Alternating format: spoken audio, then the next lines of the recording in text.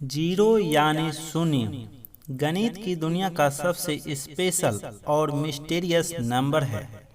वैसे तो शून्य की खोज का क्रेडिट मायंस को जाता है। 3 BC के करीब जीरो की खोज की गई थी, लेकिन इन लोगों ने शून्य को कभी भी एक नंबर के रूप में नहीं देखा। इन्होंने शून्य को हमेशा से एक क्वांटिटी के रूप में देखा जो कि कुछ नहीं को दर्शाता था। लेकिन भारत में सबसे पहले ब्रह्मगुप्ता ने शून्य को एक नंबर के रूप में देखा और इसको एक डाउट का सिंबल दिया। लेकिन यह भी बताया कि जीरो एक ऐसी संख्या है जिसको हम किसी भी नंबर के साथ जोड़ें या घटाएं तो उत्तर वही वापस अंक आता है। जीरो का मल्टीप्लाई किसी भी संख्या के साथ करते हैं तो जीरो ही आता है। फर्क सिर्फ एक ही बात का है कि वह भी नहीं समझा पाए कि क्या होगा अगर हम किसी भी संख्या को जीरो से भाग दे देंगे। बचपन से लेकर आज तक हमें यही बताया गया है कि किसी भी संख्या से भाग दे सकते हैं, लेकिन जीरो से नहीं कर सकते। आखिर क्यों हम जीरो से भाग नहीं दे सकते? क्या होगा अगर हम जीरो से भाग दे दें?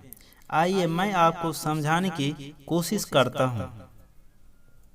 मान लीजिए मैंने आपसे कहा 15/5 यानी 15 को 5 से डिवाइड कीजिए तो आप कहेंगे ठीक है, हमारा आंसर 3 आएगा।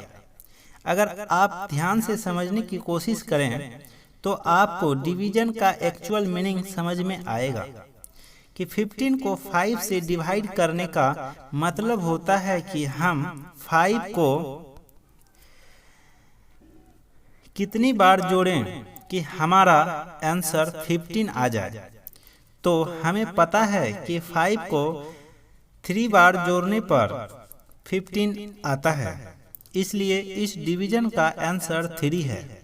अगर मैं आपसे कहूं 40 को 8 से डिवाइड कीजिए तो हमें पता है 8 को 5 बार जोड़ने पर 40 आ जाता है, इसलिए इस डिवीजन का आंसर 5 है।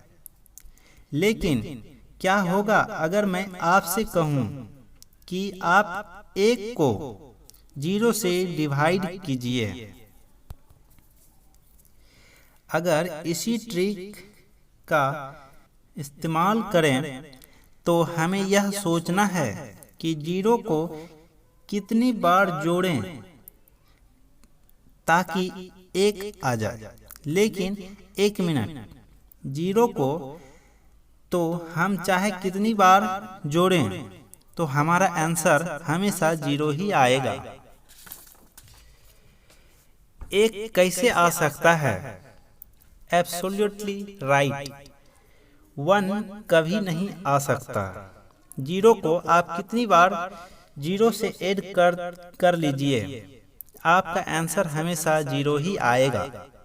इसलिए हमेशा से हमें यह सिखाया गया है कि division by 0 is equal to undefined, यानी 0 को हम किसी भी नंबर को 0 से हम डिफाइन करते हैं या 0 से भाग देते हैं तो अनडिफाइंड आता है, यानी इन्फिनिटी आता है। मैं इसी चीज़ को एक प्रैक्टिकल एग्जाम्पल से समझाना चाहता हूँ, प्लीज़ समझने की कोशिश कीजिएगा। मान लीजिए मेरे पास 100 रुपये हैं, इसे मुझे 5 लोगों में इक्वली डिवाइड करना है, तो मैं कैसे करूँगा?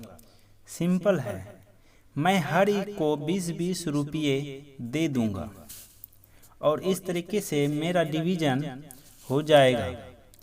अगर मुझे 100 रुपये को 2 लोगों में बांटना होता तो मैं हर एक को 50-50 रुपये दे देता।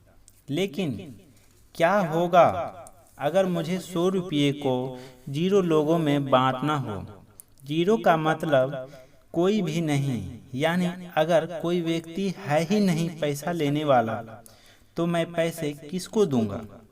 इस केस में पैसों का डिवीजन कैसे होगा? तो इसका आंसर है बिल्कुल नहीं होगा। मुझे उम्मीद है कि आप कलेक्ट कर पा रहे होंगे कि मैं आपको क्या समझाना चाहता हूँ। 100 रुपये को 0 लोगों में डिवाइड करना हो तो ये डिवीजन पॉसिबल होगा ही नहीं, यानी अनडिफाइन होगा। ऐसा ही एक और लॉजिक है जो कि हमें डिवीजन को लेकर काफ़ी कुछ समझा सकता है। मान लीजिए मैंने 10 को 2 से डिवाइड किया तो मेरा आंसर 5 आएगा। 10 को 1 से डिवाइड किया तो आंसर 10 आया। 10 को 0.5 से डिवाइड किया तो आंसर 20 आया। और 10 को 0.1 से डिवाइड किया तो आंसर 100 आएगा। और 10 को 0.01 से डिवाइड किया तो आंसर 1000 आया। और ऐसे ही डिनोमिनेटर को छोटा करते चला गया तो आप देख पा रहे होंगे कि जैसे जैसे डिनोमिनेटर को छोटा करता जा रहा हूँ मेरा आंसर उतना ही बड़ा आ रहा है।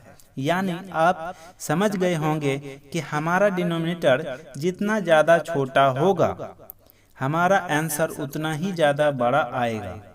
बस एक चीज और दिमाग में आती है कि डिनोमिनेटर को छोटा करते करते एक समय तो ऐसा आएगा जब हमारा डिनोमिनेटर में 0 आ जाएगा, तब क्या होगा। तो इस लॉजिक से हम ये आंसर देंगे कि हमारा आंसर बहुत ही ज़्यादा बड़ा आएगा। लेकिन सवाल ये है कि हम ये कह सकते हैं कि उसका आंसर इन्फिनिटी होगा। बिल्कुल नहीं। हम ये भी नहीं कह सकते कि 1/0 इन्फिनिटी के बराबर है, क्योंकि 1/0 इन्फिनिटी के बराबर होता है तो 2/0 भी इन्फिनिटी के बराबर होगा, 3/0 भी इन्फिनिटी होगा। और अगर ये सब इन्फिनिटी के बराबर हो जाएंगे तो ये भी प्रूफ हो सकता है कि 1 is equal to 0, 1 equal to 2, 2 equal to 3, 3 equal to 4 ... सारे नेचुरल नंबर यानी मैथमेटिक्स का फाउंडेशन हिल जाएगा। आप लोगों ने कुछ लोगों को देखा होगा जो कि 2 + 2 = 5 प्रूफ कर देते हैं, 1 = 2 प्रूफ कर देते हैं। तो वो लोग इसी चीज को गलत करते हैं। वो लोग क्या करते हैं, वो लोग 0/0 को काट देते हैं और इसको 1 के बराबर लिख देते हैं, जबकि हमें पता है कि 0 से डिवीजन तो पॉसिबल ही नहीं है, इसलिए वो सारे आंसर गलत हो जाते हैं। तो मुझे उम्मीद है कि अब आप समझ चुके होंगे कि हम 0 से डिवाइड नहीं कर सकते हैं। अगर आपको हमारा ये वीडियो पसंद आया है तो आप हमें कमेंट सेक्शन में कमेंट करके बताएं, और चैनल पर नए हैं तो चैनल को सब्सक्राइब जरूर करें। Thanks for watching.